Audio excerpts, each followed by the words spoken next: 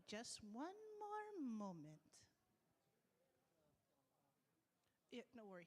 We're having slight technical difficulties.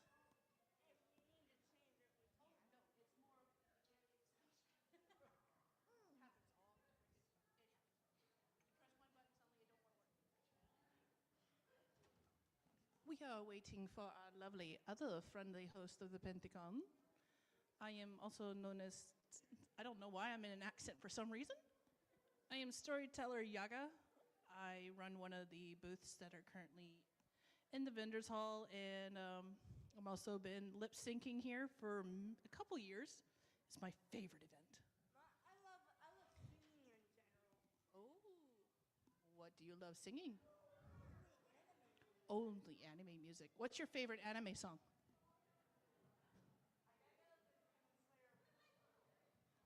That's a good one. My favorite when I was younger was Sailor Moon, but I have to say my biggest favorite right now is One Piece. All of them.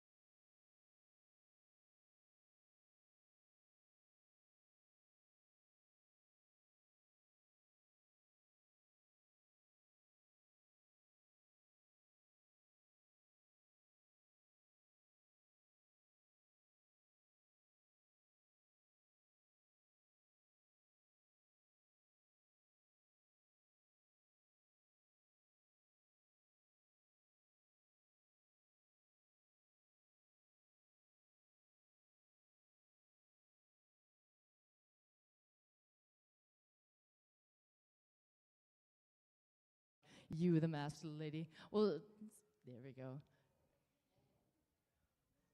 Oh wow, that was quite the twirl. Let's do that another one because you got this beautiful cape. Let's do another twirl for me. All right. Okay, what's your name? Rogine, Rogine. Who are you cosplaying today? the Princess in Black.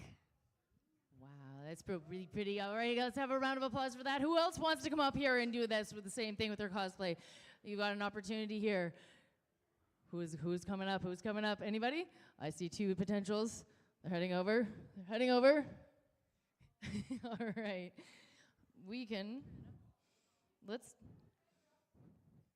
Oh, we've got a few people. Ooh, we even got music here. All right. I think you know the drill. Stand over here in the middle, do yourself a twirl, and then you'll get your name and your cosplay. All right. I'm Ellery, and I'm cosplaying Doma from Demon Slayer. And a round of applause. That's right, that's right. Okay, and next up.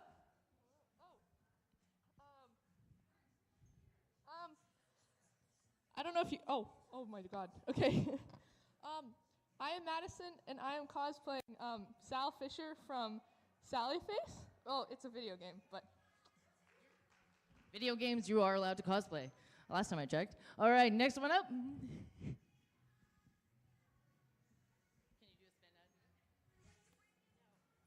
Ebony, and I'm cosplaying as Dobby from My Hero. My Hero Academia. Oh, we got more kids coming up. All right. Okay, next. I'm Bodhi, and I was forced to cosplay Hawks from My Hero Academia. All right, that was a little more better round of applause. I want to hear as loud as we possibly can for all the applause next time. All right. Who's next? Come on over. Come on over. Maybe those that are. Oh, this thing disconnected and stuff. Switching songs.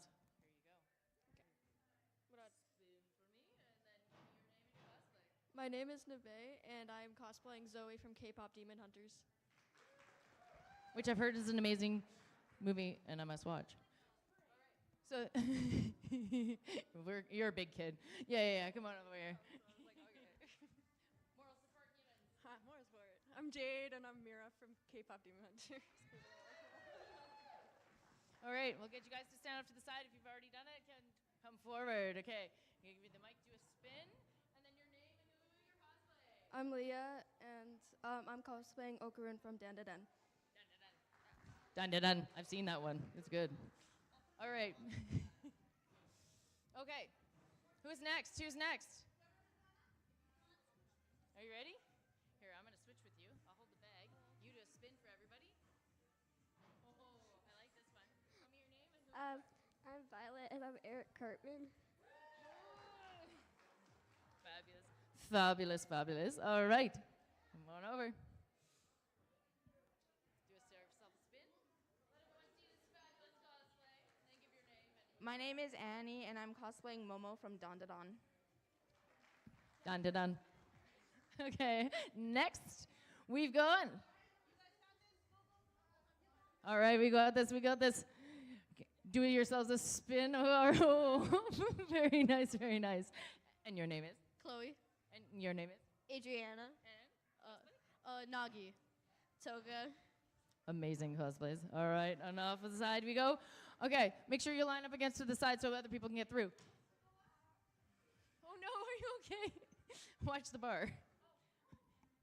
Hello, I am Ava, and I am Gangle. That was very graceful indeed. Okay, and I feel like we've got one more, and if we don't, we're going to start heading our way through the convention. Okay, let's go, people. Down the ramp, unless you want to jump off the stage, which I highly don't recommend because we are not liable for your broken foot. Okay, see you guys around this way. She's the leader, everyone. Oh, stage diving. And we got the retroologist sneaking around over here. All right, guys. I'm going to leave this microphone here because otherwise you're going to hear me all the way over out in the rest of the room. But we're going to take this parade out there and see the rest of the con.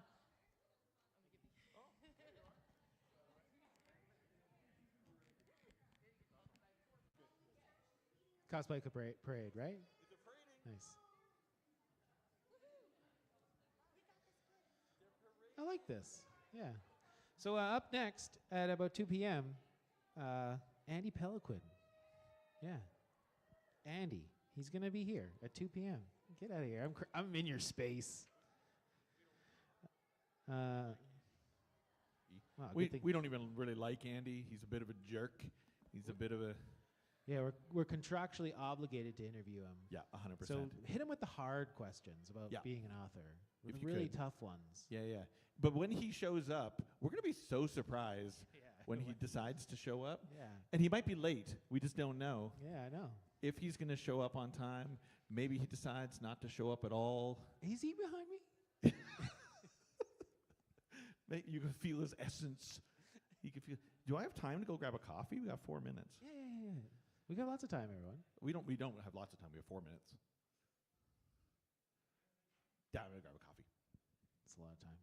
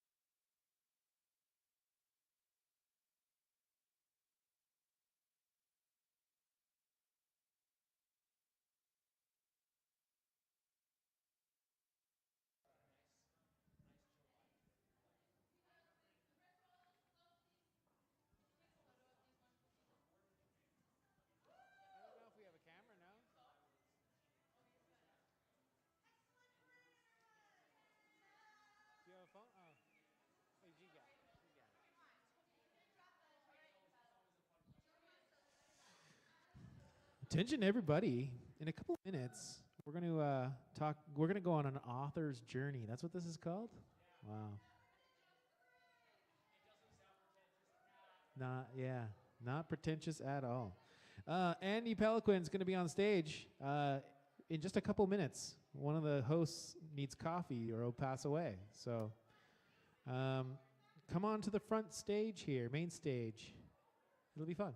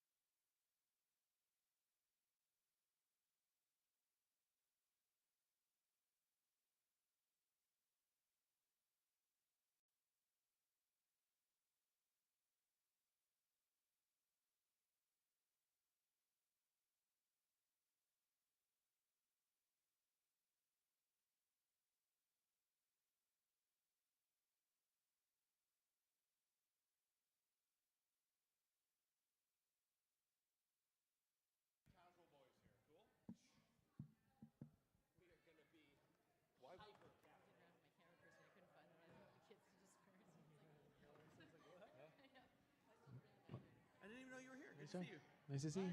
You're in something different. Always. Wow. Quite. One of these was feeding back. Chicka, chicka, chicka. Which one? It was one of them. Chicka, chicka, chicka, chicka. Could be location. Which one stinks the least? Well, that's a great point. That's a great point. It was that one. Was it that one? That's not something you really have to take into account very often. No. But it's certainly generous that he gave it to you. Yeah. I used to run a music store and we did rentals. And the stuff you see on microphones that come back from rentals are still haunt my dreams. You could tell what people ate. You're like, oh, pizza last night. Smells like mushrooms. It's just horrifying. That was an aggressive run to get into karaoke. That is so far the highlight of my weekend watching that happen. That's amazing. I think you might have missed it. Get in on the When was karaoke. Because I love karaoke. Do you love karaoke? I love karaoke. My wife does not. So we don't do karaoke because we don't collectively love karaoke. Yeah. That's part of the relationship. Is you both have to love it. What do you love about karaoke? So growing up in Japan, it was Who's this guy? What? born in Japan, grew up there till I was 14. Karaoke was the thing. You would go to Tokyo and all the businessmen were out of an evening doing karaoke, or of an afternoon or a weekend morning, right? And it was always seemed like so much fun to go and do the singing. And then I was in a band for a few years and I got stuck on the bass. I didn't ever get to sing, but I wanted to. Yeah. And then I discovered karaoke sort of again, and it made its way over to this side of the world at that time, and I realized I really liked it. I come from a super musical family. My dad's a professional musician. My brother was the drummer in our band. I was the bass player, so it's been music kind of forever. And one of my older sisters, she and her husband have a karaoke machine in their house, and every time we'd go and visit them, we would do karaoke, and so I actually learned some songs to sing and never got to use them because my wife doesn't like karaoke. I'm super conflicted because as a musician, I don't know why I feel so empathetic when I go out for karaoke. I'm just like, it's the simplified versions of the songs. Like they're usually not the original versions of the songs. They're really, really like, yeah. Well, what kind of musician are you? Are you like the singer? Are you the instrument man? I'm a drummer. Drummer. Okay. Yeah, drummer, yeah. So that right there, it basically takes a lot of it takes the heart of you out of the song. To an extent, yes. Because you don't really get a solid drum line. You don't get those kind of songs that have all of the drums, right? You don't get Dave Portnoy in karaoke or Dream Theater. Dream you know? Theater. No, you wouldn't get that. Nope, you get the simplicity of things. But maybe there's something charming about that. All right? I don't know why I grabbed that. But who's here for this amazing writer right here? Nice. Nice. Are you familiar with Andy's work? I don't know why I'm talking so loud. Love it. Nice. That's the right number of hours, I think. That is literally the whole point of conventions. Mr. Andy Peliquin, by the way, everybody. Nice. That's really the whole point of conventions is to like build new fans. Yeah. Do you kind of resonate with that? I love that. I didn't realize that was a thing. What's wild, so when I was living, before moving to Canada, a few years back, I was living in Mexico, just south of the border, of the California border. So I would go to the conventions in San Diego or Los Angeles, or I went to New York Comic-Con. I've done a bunch of them, but I only went once. So I would go there, I would have a great time, I would sell books, I would meet readers, and I would never go back. This year was the first time that I ever went back to a convention. I went to Vancouver Fan Expo last year, and I went again this year. And the number of people who were like, I was hoping that I would see you here so I could get the next book. Right, yeah. It blew me away. Like 50% of the people who stopped by the table and talked to me were people who I had talked to the year before. And they, like, at no point in the year had they messaged me on my Instagram or my website and said, hey, I want the next book. They were waiting for the next convention to get it. And I was like, it's a really interesting sort of mindset. You go to a convention to meet with the creator in a way that you wouldn't get online or whatever. Like, when I think of a book, when I'm reading a book, I don't want to wait a year for it. I may wait. Right.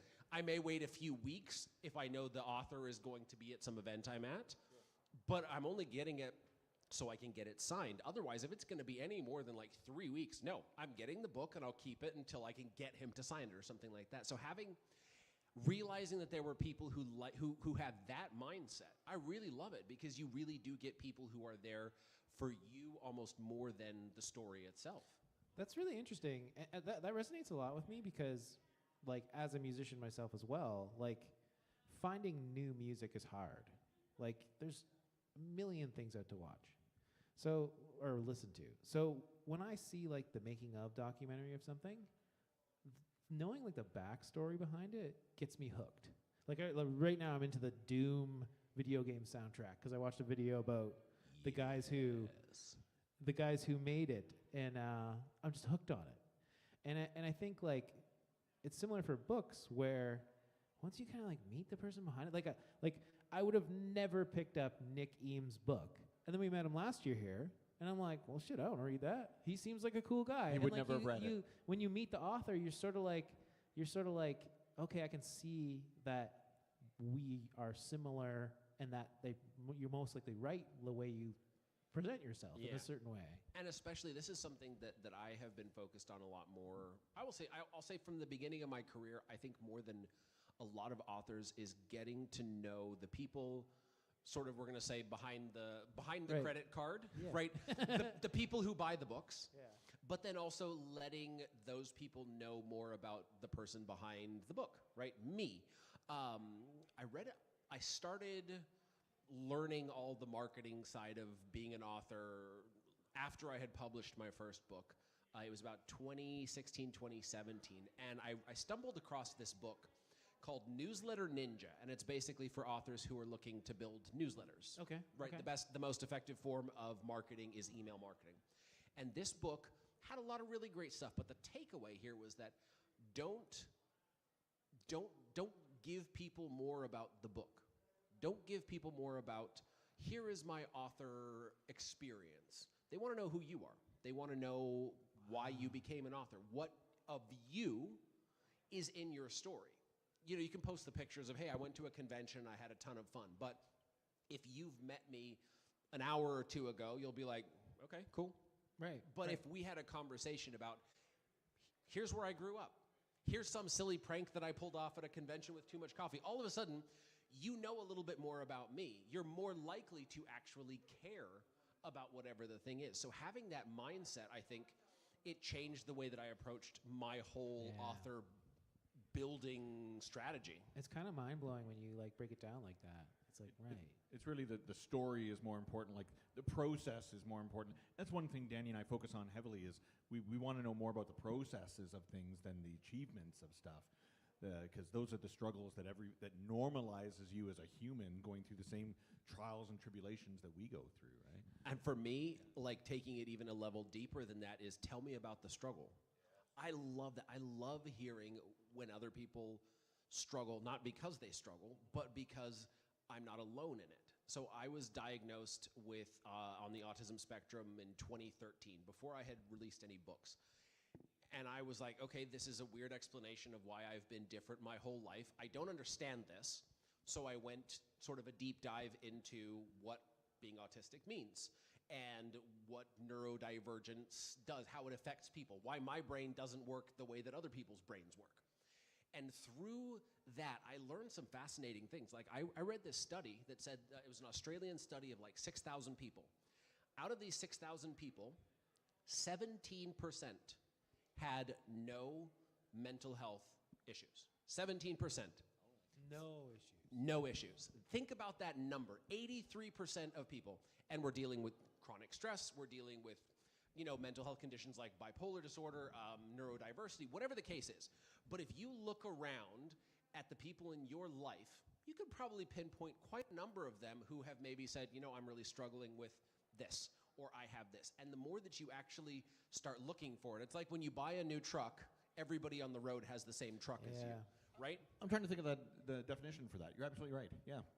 By the way, saying that deep stuff with Darth Vader breathing behind us was really timing was spectacular. Because he's got really asthma.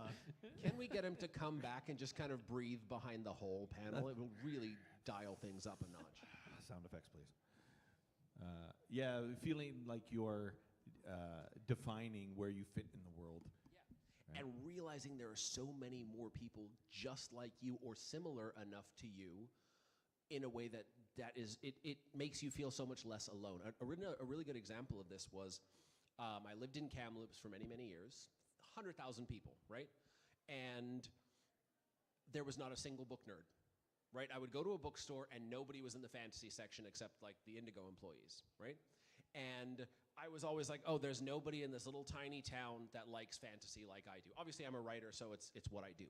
And then at a Christmas party for a kickboxing, I went to kickboxing for a year. We had a Christmas party, and I get there, and we are literally watching like a UFC fight on the television at Sharks Club. Like, this is not the place where you go talk about nerd shit. And the guy who I had been kicking and punching for an entire year, he starts talking about the Witcher book he's reading. And I'm happening to read the same book at the same time. And I'm like, wait, what? We had conversations, and all of a sudden I realized this dude is a D&D player, he is a book nerd, he's a video gamer, and he is somebody who I have kicked and punched for a year, and our conversations were like, yeah, good sparring round, bro, right? Like that's the level of engagement that we've been having. And that was so eye-opening because I realized so many more people are fellow nerds. You just don't ever see it until you come to a place like this, or you have that random conversation, or you get into the circle. So finding that sort of, I'm going to say this crew of fellow nerds, I felt like, okay, actually Kamloops has this kind of community. And then the same thing with finding people who are neurodiverse. There is so much more connection available, and the more that you start building those connections, the less alone you feel. And then you feel like you belong in the world where you felt like an outsider. And it's a really long journey, but when you start looking for and recognizing those connections, everything changes. Did that affect? It all starts with karaoke. It all starts with karaoke. Like, did that experience like affect how you like introduce yourself? Because I've always felt like this pressure to, like, when you see a group of friends or new people and they go, what do you do? I always try to have like a decent answer for that, and I always kind of like wear my things on my sleeve. But I could see why some people would be more inclined to give a more like normal answer. So did that change the way you like present yourself outwardly to be like more proud of what you like? I'm going to say yes and no. So by this time, this was a couple years ago, so I had been doing the fantasy author thing pretty consistently for, I think I've been a full-time author since 2018, so we'll say about 5-6 years. And I had started being, more public on Instagram and TikTok as an author, and I've attended conventions, so I was pretty, we're going to say pickled in my authorhood, right? Pickled, yeah. But I think it changed the way that I see people around me. Like, if everybody kind of does have some secret nerdiness to them, Right. you just have to find it. So I started asking at conventions, what brings you here? People are walking around a Comic-Con, right? Maybe they're dressed up, maybe they're not. But you just ask that question, what in all of this is your thing?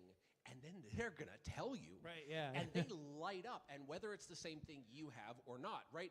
I've never played Warhammer, but you ask these Warhammer dudes what they're doing, and they are going to tell you. And all of a sudden, you find these nerds everywhere, in everybody. And a lot of them are even, it's my first time here, and I am immediately in love with this convention kind of thing. Yeah. And so that really, it changed the way that I see people around me, because even outside of these spaces, you can just look and you'd be like, they've got something. I just got to figure out what it is. Normalizing the freedom to actually say what you like in a safe, circle of people. And I would say that even can be articulated with sports. Some people are like, oh, what do you like? I love hockey. I love baseball. But the moment people are like, I love watching darts. Like, that's I rad. love watching 100%. darts. It's awesome watching darts. But it's not lawn bowls for me. 100%. So my family sport was table tennis, so I played table tennis professionally. But you'll notice I backstepped a tiny bit, because within a circle of, the hockey guys, if I said table tennis, I'm like, maybe I got to keep that a little quieter. It's not as cool. But when you're around, like, people that are genuinely inquisitive, I'm like, God damn, yeah, I played table tennis for years and years. But creating that atmosphere to be for other people to be open to you is reciprocal, I feel like there's a Forrest Gump joke in there. God damn, see, this is why I don't share that. I got judged. Is there a ping pong table around? Because I may or may not be a little bit competitive about ping pong. Okay, first of all, when you say ping pong, all credibility goes away.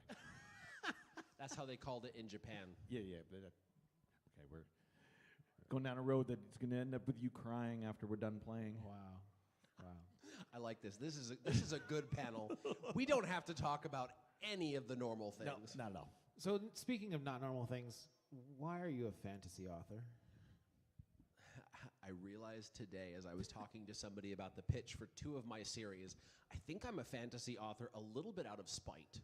Okay, all right. I need you to have a good answer for this. So, the one thing that I don't like is being told what to do. Fair. Hey, that's your thing. That's my thing. That's totally his thing. He says it all the time. Right, and so if readers, you might not know this, but readers can be a little bit critical. They are a little opinionated every once in a while, right? So if I was going to, let's say, write a murder mystery, or if I was going to write an urban fantasy where I was setting it in Los Angeles, and I said, my hero needs to race across the city in half an hour to stop the exploding bomb or to kill the evil vampire, just the number of comments who would be like, bro, it's Los Angeles. No one's getting anywhere in half an hour, right? Or, no, Reseda doesn't go into whatever. Like, I don't want none of that. So, in fantasy, I just make up my own rules. Okay. And then if I screw up my own rules, fine. That's on me. That's a stupid mistake. But my rules are my rules. And at the end of the day, I am the master of my world. Right. But I found, on top of the spite naturally, fantasy is a really interesting disconnect from the real world, that it creates like this very delicate facade that makes everybody feel safe. So if I was like, fuck this religion, or fuck this political entity, I would have a massive number of people saying fuck you right back, or who would be up in arms.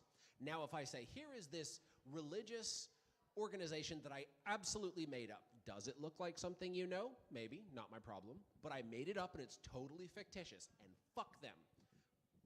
Some people may be like, I feel a little bit hit too close to home, but most people are going to be like, okay, I'm in. So having this layer, it creates this safe space to explore all these things. You can make a character who is neurodivergent and people aren't going to feel called out, or they Right. they believe deeply in something, or they have very strong anti-religious sentiment, and nobody's going to feel called out. So it creates this like the single layer that makes everything feel safe, and you can talk about and explore anything.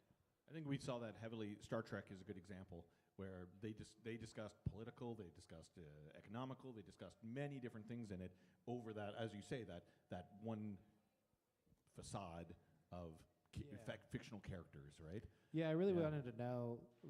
There was one particular allegory of when they go so fast they turn into lizards and then they do stuff. That was, I don't know what allegory that was, but Yoshi, what do you think? that was Voyager. That was a weird episode. I missed that episode. Is Voyager? They went so fast they turned into lizards, and then they found the captain and her pilot. Okay. Lizards. Took a weird turn. Sorry, I derailed that. So. Are you referring to lizards? Anytime I think of a Star Trek, I think about that episode where they turn into lizards. They went so fast they turned into lizards. I forget that. I don't remember it. Right. Anyway, Good sorry. chat. I'm sorry. Good chat. So I'm really interested in this because I'm particularly struggling with this. I'm trying to be a screenwriter, and even just thinking about writing a normal, very simple story, to me is a lot. Of just like taking your ideas and stirring them all up and putting them into like a narrative. And then in your world, fantasy, you're now taking that crazy step further where you're creating worlds. How do you track that stuff? Do you have like, is it like that meme with Charlie Day with the thing? Like your spreadsheets and stuff? Like how do you track all those really intricate story details that don't necessarily make it into the actual book, but they're part of the threads of these stories? I'm interested in that. I know a lot of authors do have, like they do like whiteboards, or they have Post-it notes or index cards or whatever. This is one of my, I'm going to say my ASD superpowers is that I just remember things. Oh, damn you. Wow. So between that and a Word document with just kind of like terrible organization of subheaders of this and that and all of that, it's usually enough to be pretty good at staying on top of things for a single book. Okay. Now, as you get into a bigger world, like we're saying 45 books because I don't have to count until I hit 50. So 45 books in. You've written 45 books? I've published 45. Since 2018? Yeah. Okay, continue. That's insane, by the way. I have no more follow-up questions. Yeah. It is a little insane. COVID was actually very productive for me. Everybody had video game time and stay home time and watch TV time, and I had no excuse not to work. Well done. Wow. Very annoying. So having sort of an outline of the story that I'm going to write, just kind of the beats, right? Sure. Character goes to this place, this is what happens. It may change, but having that outline keeps me moving forward. Anything that I need to build, I come up with either beforehand or in the moment. And I just, if it's happened in the moment, it's already in the front of my brain, so I don't really have to struggle to remember it. If I'm coming up with it beforehand, it's just adding a new heading in my Word document, typing, whatever it is, monster anatomy, and then I have all the notes, and so I can refer back to it. Cool. That's really cool. And then just so I have one of those documents for each book. So I call, let's say I'm working on Darkblade Harbinger right now, and I have a document that's called For Darkblade Harbinger. And it's just into there that all of that stuff goes. Just a bunch of mind dumping. Yeah, exactly. And anytime I need to know what to do, I just refer back to that. And then it will go into the folder with the finished book. And so there are probably 50 or 60 of these, for whatever the title is. And so I can, the day ever comes that I want to, do like a compendium of the world, that's a great resource. But a lot of it is just like, so for the book I'm writing right now is very inspired by the Polynesian Islands. Okay. Where the character gets shipwrecked and washes up on this island that's very much like the Diamond Head crater in Hawaii. Where it's like, so the Diamond Head crater in Hawaii is a very cool place. It's right next to Honolulu, right? It's city. You walk out of Waikiki where all the tourist is, and then there's the mountain slopes. And you get up to the top of the mountain, and you turn around, and it's like Jurassic Park inside this crater. And then you turn around, and it's city. And it's just this weird, an entire civilization could have existed inside this crater, and nobody outside would have ever known it. Right. And that's the story. That's This cool. and it was just inspired by my wife and I. We visited Hawaii, and we went to the Polynesian Cultural Center. So I have notes on all of this stuff. That's cool. But That's not really all of it makes it into the book. Right. Some stuff will make it into the book. Some will not fit with the story that I want to tell. But I have all these notes, so I can always go back and figure out, what kind of food do these people eat? Well, when I was in Hawaii, they were eating this. So do I want to do that? Do I want to come up with something of my own? What are their clothes like? What are their weapons like? Whatever the case is. Just having all that kind of research accessible, even if it doesn't all make it in, it helps me keep everything on track. It just means that when you're on vacation, your wife's like, hey, you're always on the clock. Enough. Just enjoy that burrito. You don't need to overanalyze it and write things down. She was so embarrassed by the end of that day. So I take a lot of notes on my phone because I can talk into I compose an email to myself in Gmail, and I send it to myself with all the notes. My phone battery died because I was taking so many notes. And so like we would if you haven't been to the Polynesian Cultural Center, it's divided up into the 6 Polynesian islands, right? There's Hawaii, Fiji, Samoa, Tonga, New Zealand, and one other one I can't remember offhand. And you go through the place and you visit sort of each of these little islands. And at each one there's a show. So the Tonga, they do a drumming thing that's very similar to like the Japanese taiko. Or the Samoans, they do the fire knives dance, right? And so you go, you do the tour, they show you the huts, they show you the sort of the terrain, and they ask if you have any questions. Boy, did I. And then after every single show, there was something. That's how I found out that the Tonga people, they kind of created this drumming thing because the Japanese influence, the taiko drummers, they brought it to the island. And so just like asking stuff like that, as a writer, that's super important to my story. Exactly. You find out why something exists. Why is maple syrup a thing in Canada and not in Vermont? Why, that's a very good point, yeah. Why would you drop that in the middle of this conversation? Now we want to know. I don't know yet. I haven't written a story that involves maple syrup yet, so I haven't had to do the research. Not yet. 46. Why would you do that?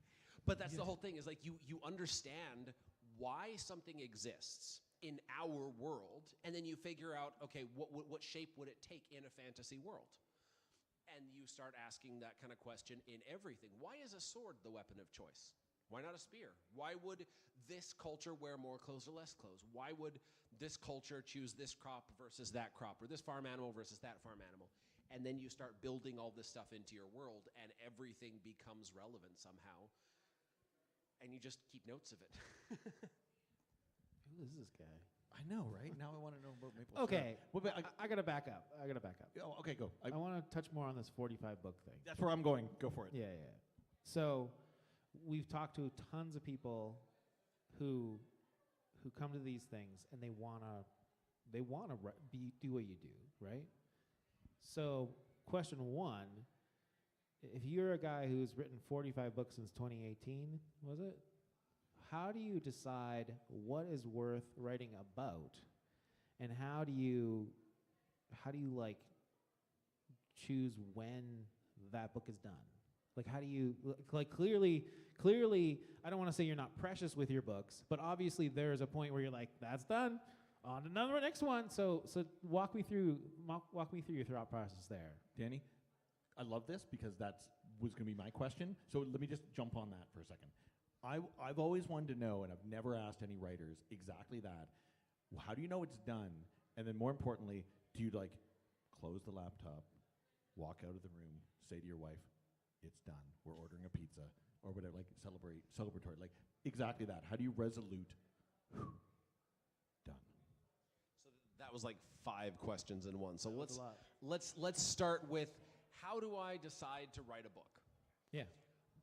As somebody who is making a living as an author, I have to think about, I'm making a living on this. So it means I have to believe that a story is sellable, right? Fair. Now, you're going to hear a lot of authors not saying that. And that's not to say this is the smartest choice. It is just the way that my brain works. If I want to keep writing stories for a living, I have to keep selling the stories I write. So it is a very business-driven decision, right? Okay. My best-selling series is the one that has 15 books because I realize people want more of it, and I can give them more, and the story demands more. Right. But if the series wasn't selling, I wouldn't really be able to justify writing more into that world. Very, very logical, yeah. But it's married with sort of the artistic desires. So the story that my best-selling series is the first one that I ever wrote. It sold almost 500,000 copies across all formats to date, and it is a John Wick, Mandalorian, half-demon assassin with the cursed dagger. Turns out it was really, really easy to sell. People like it. Yeah, okay. But I've written other stuff that hasn't sold as well, but the stories are super true to who I am, or they're a story that I felt needed to be told, or something that I've done more and more is built out my world. So the first series introduced this one character in this one city. And then I was taking part of this sort of writing class, or what is it called? Like a course, I don't even remember. Anyways, a writer's course. And they were like, no, you can't work on book 2 of the series. You have to start something totally new. Oh, okay. So I said, okay, fine. I had introduced this idea of the character, the assassin was masquerading as a nobleman from another city 10 days away. And I was like, okay, well, there we go. There's the city. I don't have to build a new world. I just have to build a new city. That's interesting. Okay, like the George R. R. Martin approach. Yeah, or the Marvel Comics approach. Right, yeah. And so I wrote that series, and that series, it's not my best seller, but it's the one that I think the most people say this is a very amazing story. Right. Like the character, her journey is amazing. That's cool. That's really cool.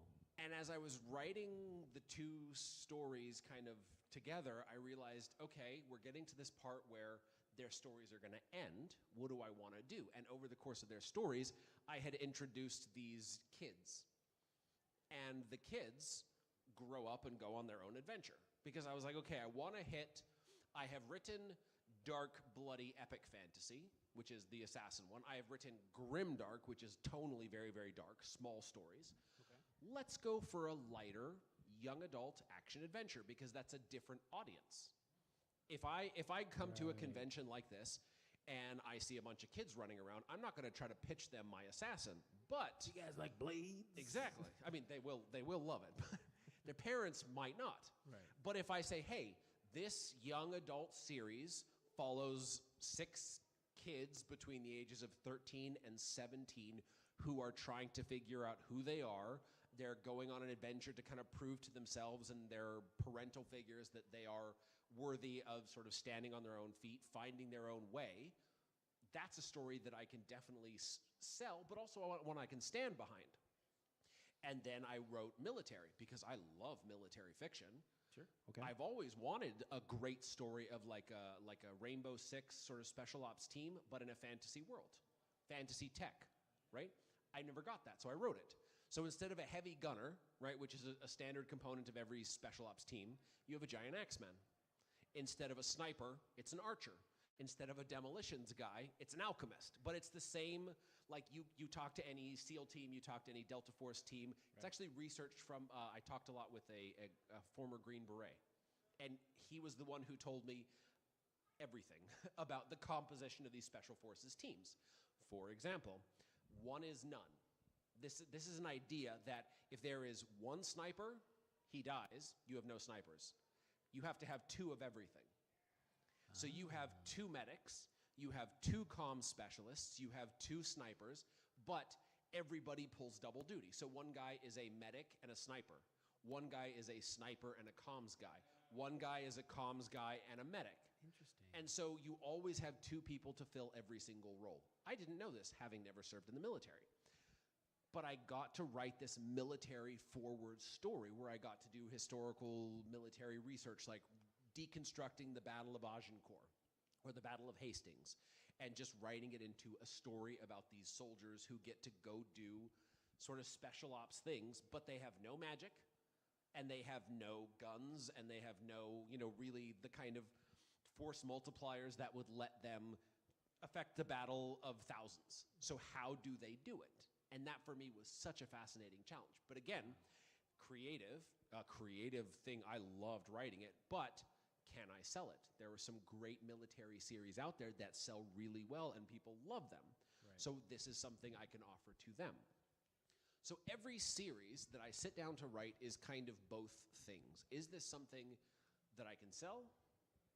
I can have the confidence to sell. Whether or not it sells, that's kind of, I can't do anything about that. I think I know what you mean. Like you're in your head, you're articulating like the pitch of the book. Yeah. And you're like, this fires me And up. is there a market for it? Yeah. Right? Are there other books that people love that are similar that I can say, oh, it's just like this? Right. So there are a lot of authors, and Nick Eames is a really good example of this. He will go and he will write something totally different. He wants to create something that is like a standout in the genre in the sense of I have created something totally unique. And a lot of authors go that way. I have no shade against them, more power to them. What I want is I loved certain stories, and I just want more of them. Okay. So that's what I'm writing. I think that's the juxtaposition. I think Nick was a good example last year when he said he Googled his idea and it didn't exist, so he wanted to make it. But there's something to be said about familiarity. People can associate, and they can certainly feel like they're more in the story when the characters relate to them directly, I guess. Exactly. Or when it's tonally very similar to something they've loved.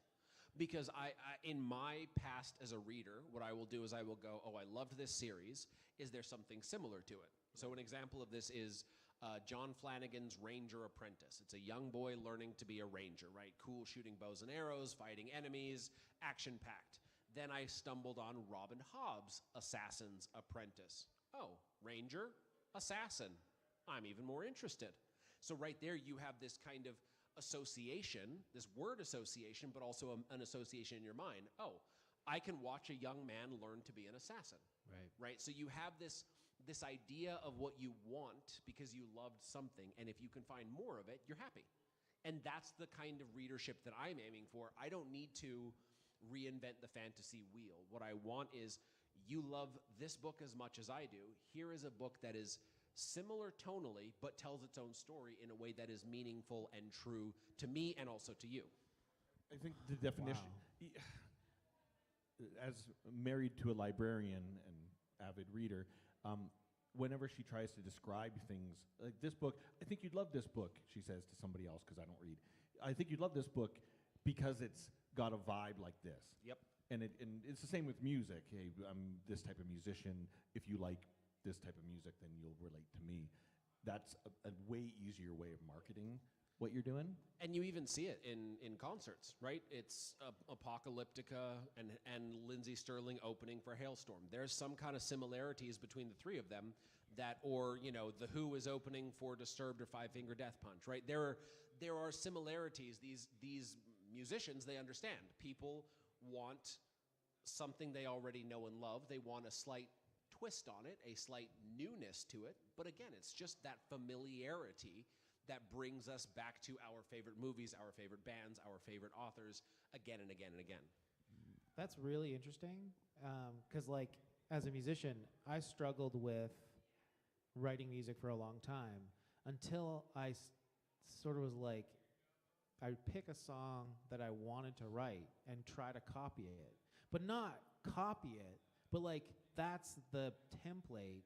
And then once I started doing that, like once you're into it, it becomes its own thing. Like there's no similarities whatsoever, but at least it's like a box to put yourself in so that you're not, well, I could write anything. I could put anything I want on this piece of paper, but by giving yourself a little bit of parameters, that really resonates with me. It's like, or a starting point. Yeah. Like if I took every author in Canada, every fantasy author in Canada, and I gave them the exact same character description, right? Down to here's his psychology, here's what he wants, here's his weapons of choice, his armor. I gave them every single detail to start. Within 1,000 words, it would be totally different stories, right? You would still have the same starting point, but one author is a romantasy author, so they fall in love, or they see the hot girl within 1,000 words, or one author is a bit of a killer, right? They go and they murder people. Or they, another author writes real slow medieval historical style things. So the character is off on on a bardic adventure. Whatever the case is, the starting point is super helpful to have from another book that you loved, and then you just find a way to make it your own. But by being you, it will become your own very, very quickly. Like I say that the series that spawned the idea for Darkblade it's called Night Angel. It's this badass assassin. Like, this dude is peak of his powers, so cool. Like, all the best one-liners, right? I wanted more of that character, and so I read his opening chapter, and I wrote an opening chapter that was tonally very similar. But by chapter 2, my character had gone a totally different direction. It's gone, yeah. Right? And the story, it bears some similarities in that, yes, they're both assassins, they both wear cloaks, they're both real cool, but they're totally different stories. So by realizing that that's kind of the inevitability of creation, I don't have to be like, I need to go and entirely come up with something new. I can just start somewhere familiar and then take it on my own journey. Yeah. And the proof is can't be wrong. Exactly. 'Cause it's your perspective. And as long as I'm not directly stealing anybody's ideas, you're fine. You cannot copyright ideas, right? Because people come up with the same ideas at the same time in two totally different corners of the world. There is actually like in scientific awards community, I can't remember the name of it, but it's like independent inspiration or something, where two scientists come up with the same idea at the same time, and they both do their studies, and then they both get credited for the discovery or whatever it is. Pre-internet, where they could Google shit. But now you can just look everything. Yeah, they can just Chat GPT scientific We've kind of discoveries. steamrolled. I was just going to ask if there was any questions. Is there any questions yet, by the way? I have a million. You do have a question. Is it cool? Oh, my leg fell asleep. God damn it, my leg. I'm an old man.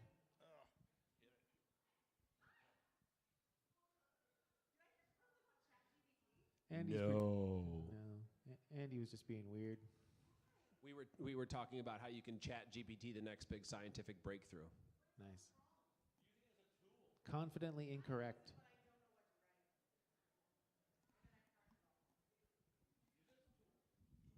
Question from the audience. I was wondering about how long your books are.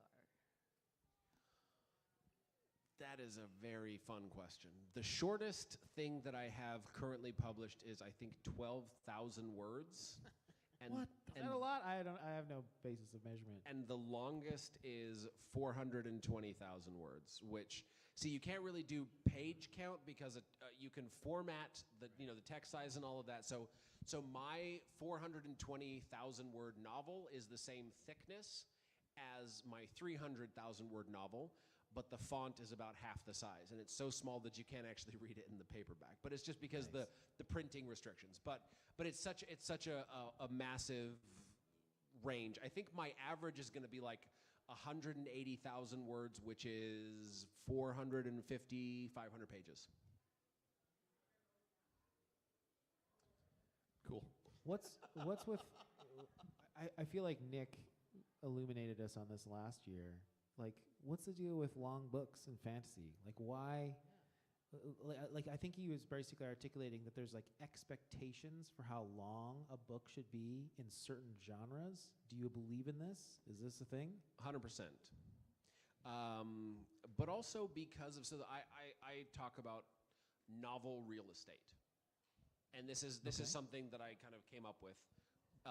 It's probably not as intelligent as you might think it sounds, but effectively it is the amount of space anything takes up in a book, right? Novel real estate. So you have a magical system. How much novel real estate does that take up, right? You have to introduce the magic, you have to talk about it, you have to show the character going through it, you have to have the obstacles, you have to have the breakthroughs, you have to have the revelations, right? I don't know how much that takes, but then let's say you start adding a monster in. Now that monster is going to take up more novel real estate. And then you have a romance, that's more novel real estate. And then you have a enemies to allies storyline, more novel real estate. The more pieces that you add, the more real estate the novel takes up. So that's why If you have, let's say, your classic thriller, you don't need to explain what cell phones are. You don't need to tell us what Brazil looks like. You don't need to tell us why the character is getting on a plane to stop the terrorists in wherever, right? This is all stuff that we know. I didn't think of this. This is you just the light bulb, of course. Yeah. Sorry, I didn't mean to interrupt. You just No, blew my mind. But the fact that Right. you have to tell us, what's this sword look like? What's this armor made out of? What kind of buildings are we? You're building this whole world there. And so you have to describe it. You have to make it make sense to the character and the reader. Sometimes you can kind of do both at the same time. But really that's what it comes down to, is the more of these sort of story elements that you add in, the more words it takes to tell the story. So you get like cozy fantasy stories that are really just a small story, right? It's here's this world, here's this problem, here's this situation, here's a couple of characters, they're going to fall in love at the end. That's all you need, right? And that's why you have cozy fantasies that are 250, 300 pages. Now you have a world, let's say like a Brandon Sanderson or a Malazan Book of the Fallen. This is stuff with monsters and gods and worlds and cities and armies and all of that. And so before you know it, every piece that you've added takes up so much novel real estate that your book is now hundreds of thousands of words. There are authors who can do a lot with fewer words. I am not one of them. I have to scale back what I do in any book. Know your limits, folks. Know your limits. I have to scale back because the way that I write stories is I focus on the moments of what's happening and I really let you feel the impact. It's kind of like, this is a terrible, terrible example, but if you've ever watched any anime, you will know that the character spends so much time like powering up and preparing to power up and then getting ready to unleash and then feeling the things and then looking at the enemy and it's been 5 minutes and he still hasn't unleashed his special attack kind of thing. Like this is an over dramatization of it, but you really want to feel what the character is feeling and go through their thoughts before they do a thing, while they're doing a thing, and then after doing a thing, right? Let's say I'm going into a sword fight. Why am I in the sword fight? What am I feeling going in? While I'm in the sword fight, what am I feeling? What's happening, right? There's the back and forth, there's the flow and the ebb. And then afterward, am I dead? Are they dead? Did somebody else die? And so every single moment has impact when you don't just kind of move through it. A lot of authors, they're very good at that. Just I'm moving from thing to thing to thing, and it feels really fast-paced. Right. That is not me. I just need to feel everything because so much of what I'm doing as an author is trying to understand the person who I'm writing through their story. Wow. My wife and I play a game whenever we watch movies or when she reads a book and tells me all about it, or even in video games, where people use too much exposition. We get really overly frustrated at the beginning of movies when there's unnecessary close-ups on like phones or just overall we just tell me the story and let me get myself in that world as opposed to you telling me every down the line what's going on, right? Exposition kills us out of it. Do you find that balance of trying to find exposition? It's incredibly hard. It's why the beginnings of books can either be lightning fast because, this is this new idea, I'm having so much fun, let's get into this world, let's just explore all the things, or, okay, now what? What does this place look like? So it depends from book to book. But a lot of times, I think every author will forever juggle it'll be a struggle to juggle the balance between telling too much and not enough. And no one will ever get it 100% right. Yeah, I mean, I think a lot about like series of shows, and people are like, "Oh, it took so long to get going," you know. But it's like you said, like you have to tell everybody the rules, right? So that's really why it's always it gets great after episode 3. Yeah, It gets great after episode 2. It's because that exposition, that story, the world building has occurred. I now actually like these characters, and now the story kind of begins. The sign of a good story is when an author does all of that while moving the story forward. Like if you watch the first few episodes of Game of Thrones, the reason that we loved Game of Thrones so quickly is that it dropped you into the world. It gave you just enough, but it also kept moving forward, and then you discovered everything. You discovered what a dick Jaime was by pushing Bran out of the window. You discovered the Lannisters were this kind of people. You discovered the king and his wife weren't really, really great. You discovered who Ned Stark was through the things they did in the story. So every good author will do it through their story. Storytelling will drive forward the world building. Bad authors will do world building and then tell the story on top of it. Why does from your perspective, why does Tolkien have a reputation for being like a tough read? I think it's because, number one, they walk a lot. But also, I think people struggle, especially with the Tom Bombadil chapters, where there's just like this kind of side thing where no one really knows what's going on. Right, yeah. But I've never really heard people say that Tolkien's a tough read, or not the Lord of the Rings. Silmarillion, that's like reading. That is the literary equivalent of saltines. That's your Word documents that you create. Exactly. Basically. It's fascinating for a little while. You get like you really get to understand the world that he's built, but it takes so long to get there. It's not a story, it's a history. I was going to say quite the opposite, not on that, but like where I didn't get enough exposition, I was just thinking about Section 31 Star Trek, where that was supposed. Did anybody watch that, by the way? What is that? Point.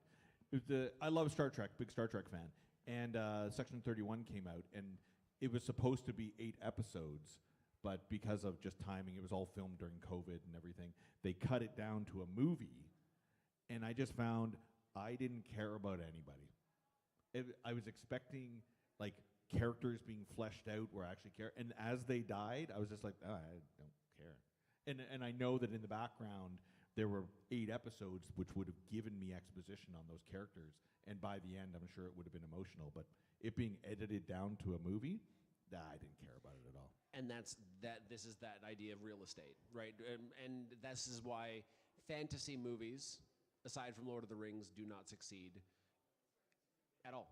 I'm pretty sure nobody can name more than 3 good fantasy movies that don't include Lord of the Rings. There will be a couple, but overall, every fantasy movie that has been attempted has flopped or has just bombed even because you don't have enough time to dedicate to the magic system or the character growth or being invested in who the character is. So you need that time in a fantasy thing. In your modern, everybody knows what to expect from a police procedural. Everybody knows what to expect from a spy thriller. So you don't need to do that. It's all baked into it. But because fantasy requires so much more building, it just takes too much real estate.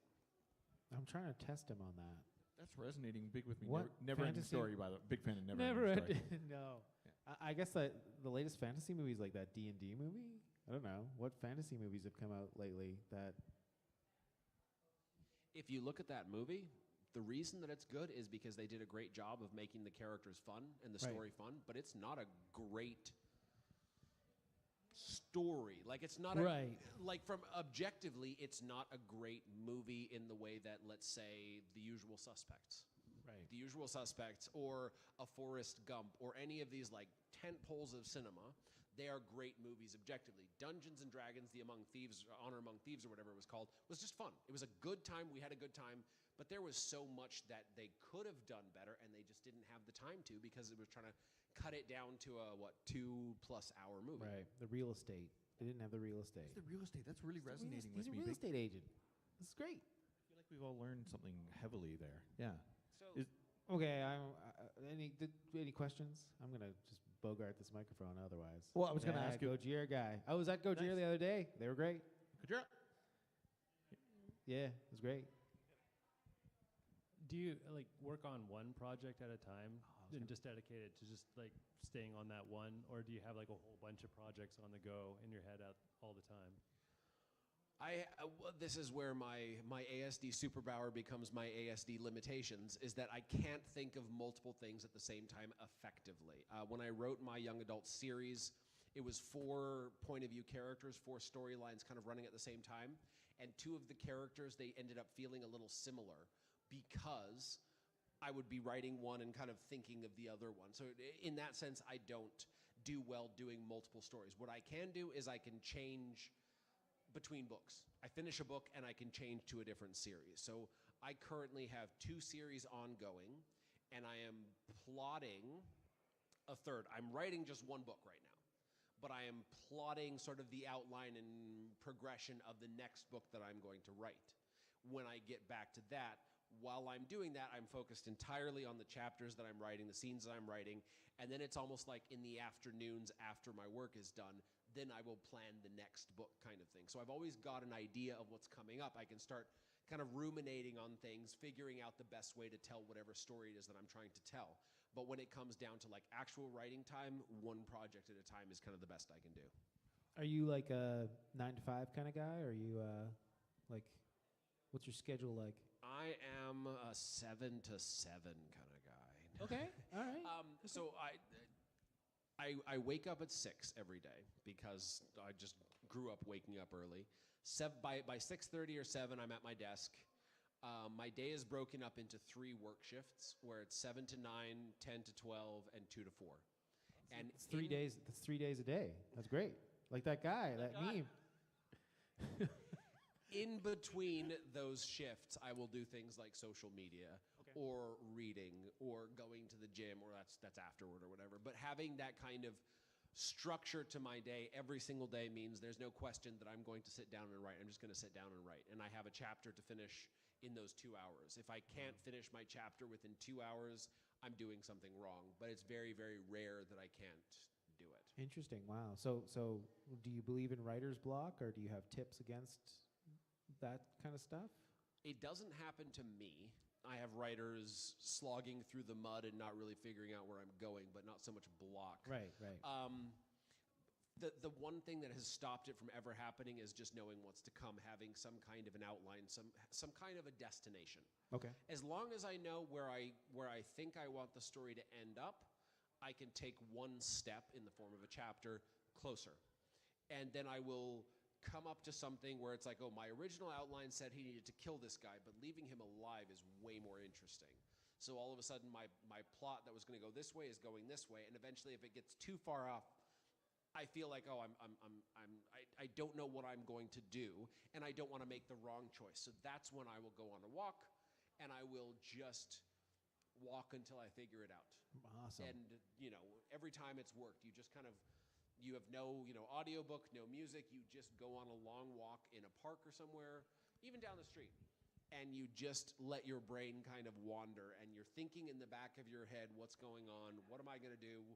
Here's the destination. Knowing the destination lets you figure out the steps to get there. Cool. And so having that kind of combination means to date, I may one day run into it, but I haven't yet. Perhaps you don't have the same definition of writer's block as I do. Maybe that's one way to curb it, is like you don't have writer's block because like you just don't articulate it in your brain the same way. It's like, what is writer's block? I don't know. Yeah, I think I'm going to say that we're going to say the more traditional definition of writer's block would be not having an idea of what to do next. For me, what I feel is I have all these ideas of what I could do next, but there's always this question of, is this going to be the right or the best next? Right. So when I don't know that what I'm doing is the right or the best next, that's when I get up and figure it out. Otherwise, it's just, okay, I know that I need to do this. I need to get from the ending of this chapter that I wrote and move the character forward through the story. I don't know necessarily where they're going, but I can kind of muddle through it and come out the other side with a chapter written and one more step taken. When I can't do that, when I can't say this is the clear next step for the character, that's when I get up and I go walk and try to figure it out. That's cool, man. You're wise. I like you. He's wise. I guess that's the question. Is something better than nothing, I guess? If you're sitting there going, I don't know what to do, just throw your hands against a keyboard, make something happen, and then think about, well, what did I just make happen? Yes and no. And the reason for that is that it's a terrible answer, but cagey. Well, so yes, in that you can't edit a blank page, right? You have to have something, but no, in that if you make the wrong choice moving forward, you are going to walk yourself down a path that you either have to fix or actively pull back from. You're going to waste all the words that you wrote. So that's where, again, this is coming from writing all the books that I have, publishing all the books that I have. I have years of experience in sales to say, I know what I'm doing here. People have liked my books before in the past.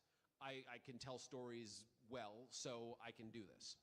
It's different for people who are writing their first book, but I do think that having the knowledge that you are at least making the right step forward, that's when you push through it. If you're not sure that it is the right next step for the character to take, then I would argue against pushing through it. Right. Man, it's awesome. Okay, can I ask more questions? Yeah, I want to ask more questions. Anybody have any questions here, by the way? No. I have a million questions. I want to know about I want to kind of just jump right to that ending situation. I want to know what it feels like to close the laptop. Yeah. I don't know why, but that's kind of resonating. Like close it, like boom, and then you go outside and wahoo, wah, like you're actually like, looking at the outside world, right? Like close, done. The end. The butler did it. It definitely felt more momentous for the first 30 or so. After a while, it's like, oh, thank Everybody God it's remembers done. their first 30, you know. No, so there are days where I'm like, oh yeah, I did the thing, it's done, and there's days where I'm like, thank God it's done. I don't have to, because where I struggle the most as an author, and this is something that I have struggled with since day one, and I think I will struggle with for the rest of my life, is sometimes I just don't know how to get where I want to go, right? Not the most effective way, but the way that feels truest to the character. And so if I don't know what I want the character's emotional journey to be beforehand, because you can only plot that stuff out so much. An outline is two-dimensional. Your character, within 5 lines of dialogue, will become a totally different character or will take on a life of their own, start having their own color. So an outline will only encapsulate them so much. But having a knowledge of who they are, having a knowledge of where you want to go, and just kind of moving forward step by step, it lets you get there. But sometimes you're like, I don't know what the most effective way is to take this character that feels true to who he was at the beginning and who he is now. Have I changed him too much? Have I evolved them in the wrong direction?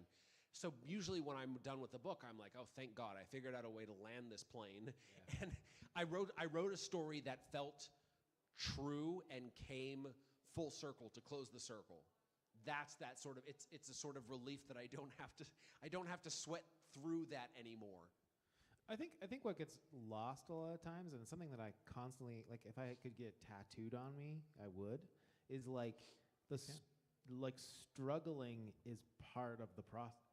Like if it was easy, like it would be way cooler job, but maybe it wouldn't. Like you have to struggle through those things. It's like a puzzle you're putting together where you don't see the puzzle pieces, you know? So it's interesting.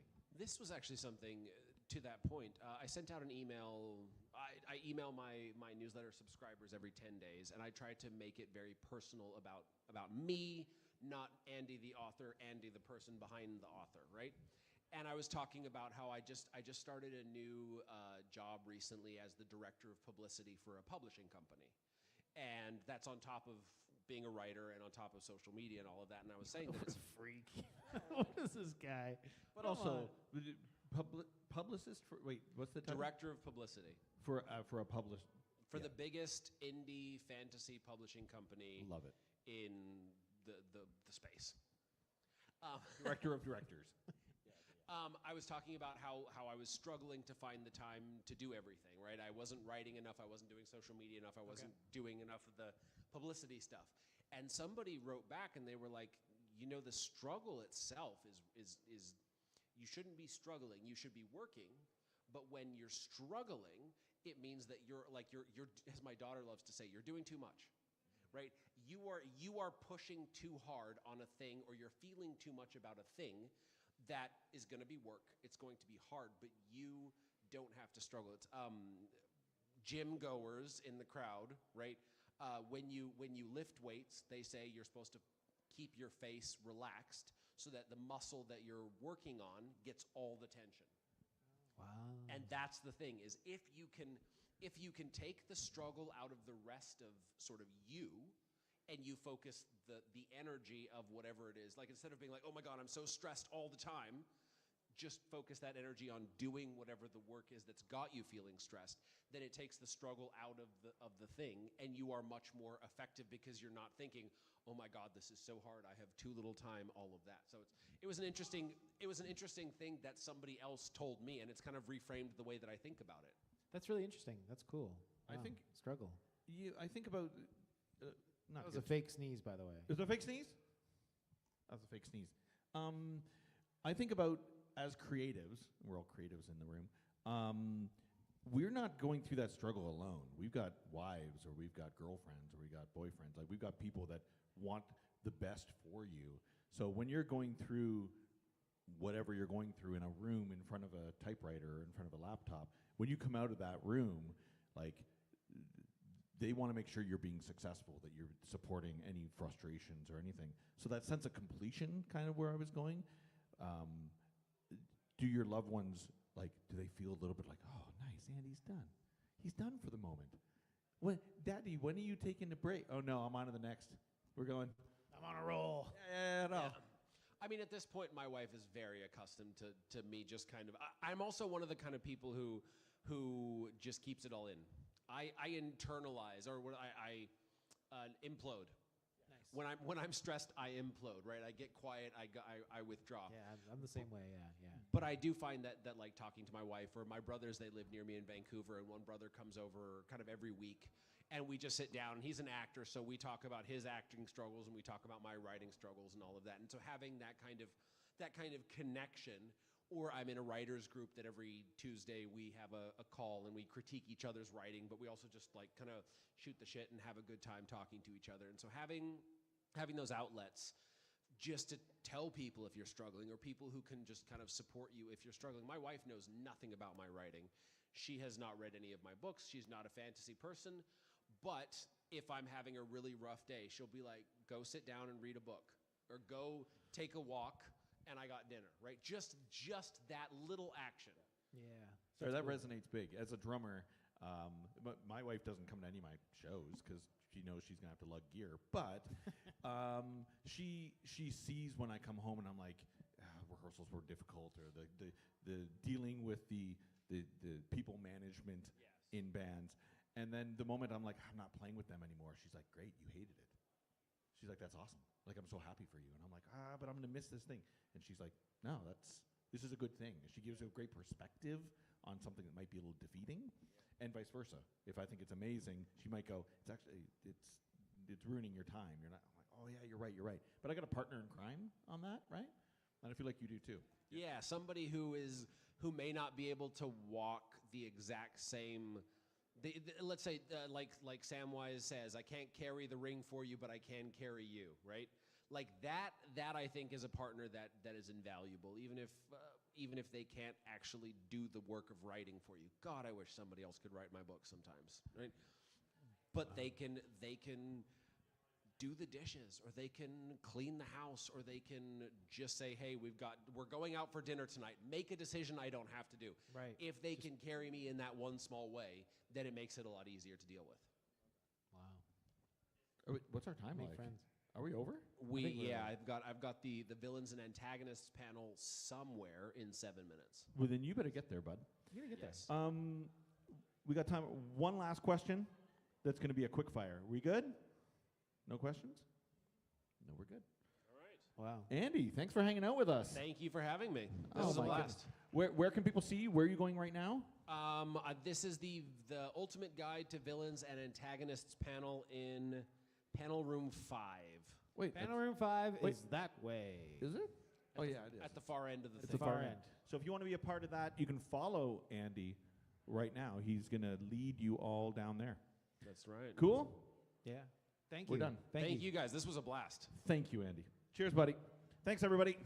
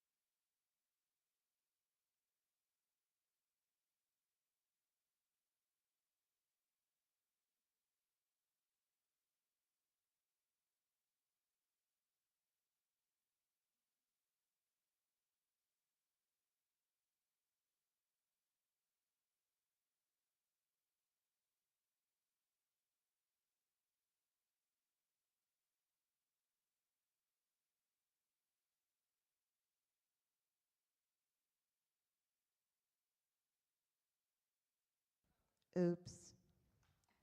Apparently you need to push the button. Are you guys all here for karaoke? Awesome. Somebody was like, hey, they're supposed to be doing karaoke. Why aren't they doing karaoke? And I'm like, they don't have a human. I am a human. Are you guys all having fun? That is lukewarm, but I'll take it. All right. So we have a sign-up form.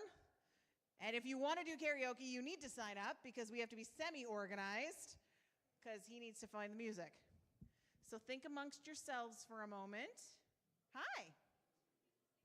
Absolutely, 2 people can. We have more than 1 mic. Yes, but I don't have 4 mics. But so you get 3.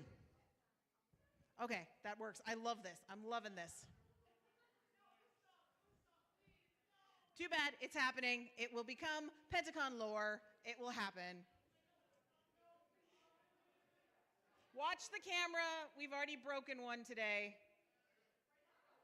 I know. It fell over. Knock on wood. Yeah, gentle. Maybe, Michael, why don't we move? Can you guys bring the sign-up sheet up here? Let's bring it up here, and then watch the tripod. There we go. And then we're away from there. And we're going to get this fantastic volunteer here. Hi, Jesse. You're going to help us because they're going to write down a thing, and you're going to tell him the thing, and we're going to avoid knocking over my camera. There. I like this plan. Huh? Write name, song, we're good. I like this. We have method. You think after 6 years we would have this down pat, but each year it's like, nope. Absolutely, you can participate and you can help. What's going on? What'd you do? Awesome. I love this. And you realize you're going to be live streamed because we are currently live on the internet in 4 different places. We got there eventually, but there's a number. It's all good. Apparently, when the camera died before the lip sync battle, the entire thing has no sound. So everyone's just miming, and it's amazing. So I'm hoping we have a list of songs people mimed, and I get to add audio in after. So. Da-da-da-da-da-da. Thank you. All right, will we have a small list growing here at the front? It's all right, I love this. Hi, Mangs. You're fantastic. What did you got? You have food. Yes, I haven't done that yet today. Good. I'm running off of adrenaline and a lack of sleep.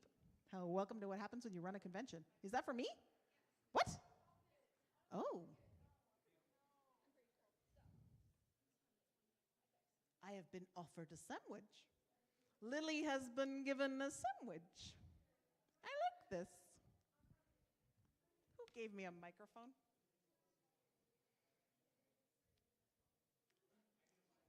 I know, and I'm on live stream right now, but that's okay, they're used to me. If I haven't introduced myself and you guys don't know, hi, my name is Lily. 6 to 8 years ago, I put a post up on Facebook and said, hey, who wants to run a convention in Penticton? And then this happened. Yes. Probably none right now, but they'll watch it on the replay. I guarantee you. Michael, does it say anybody's watching right now? None. See? And he is trustworthy because he has long hair. And people with long hair can't lie. None. It's a rule. Exactly. See? Trustworthy. You can trust everyone. I don't know about you. You've got no hair. Oh my God, that works. See? Okay, so we have a small list. We are going to take the list to Michael. Hi, Michael. Unfortunately, what happens when your mother runs a convention, you end up becoming part of the staff. Now Michael gets to go and find the music. Watch the camera. If you're signed into YouTube Music, it should have no ads because we have the family plan. Hey, it works. Right? Be like, hey, oh, no. back in the day, the old people will remember how amazing our our commercials were, and it would make it look like some kind of Lego thing. Be like, "This GI Joe is going to change your life," and then you get it, and you're like, "It broke." Pretty much. All right. We got the first one. All right. The first. Who's on the first name? I don't have the list. How many people need a mic for that one? Can we see? Actually, we might need to tilt the TV a little bit for karaoke. Wait, do we need the lyrics on the screen? There are no lyrics. Get up here. This is going to be amazing. Wait, are you just going to yell into the mic the whole time? I'm confused. How do you sing to an instrumental? This is going to be amazing. I love it. Hi, Matt. Look, someone gave me a sandwich. Let's see if I eat it in the next hour or two. All right, hold still. What is your name? Lee. Hi, Lee. Hey. This is yours. Hey.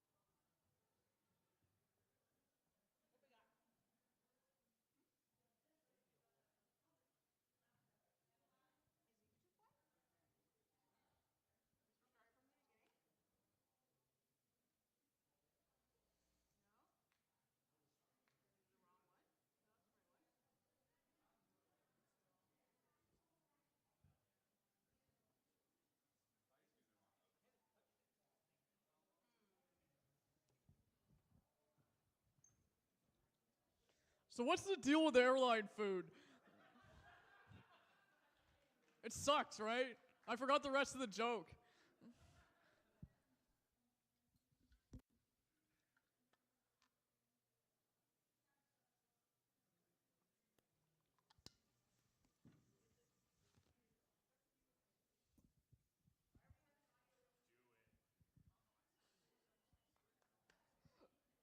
Six, seven.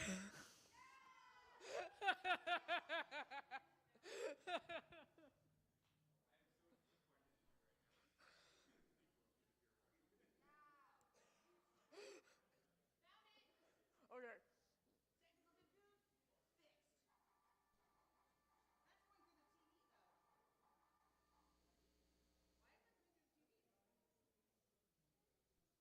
I still think 69 is better than 6-7.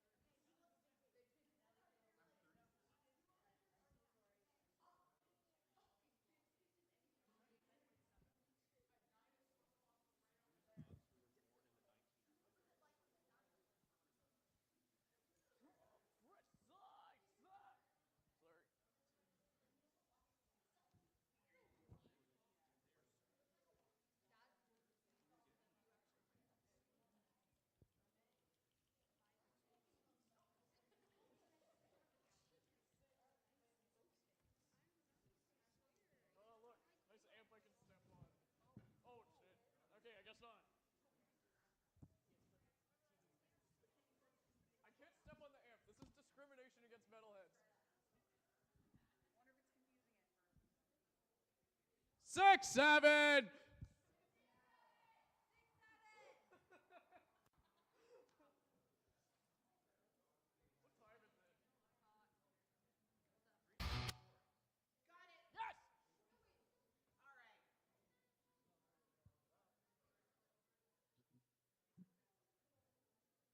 Come on. We just had it. It hates me.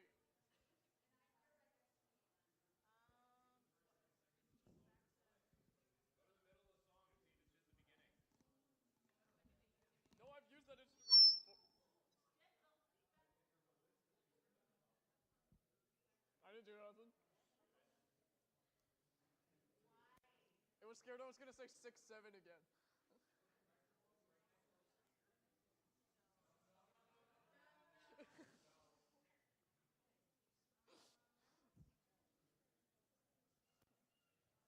I'm gonna go get some water. Dented.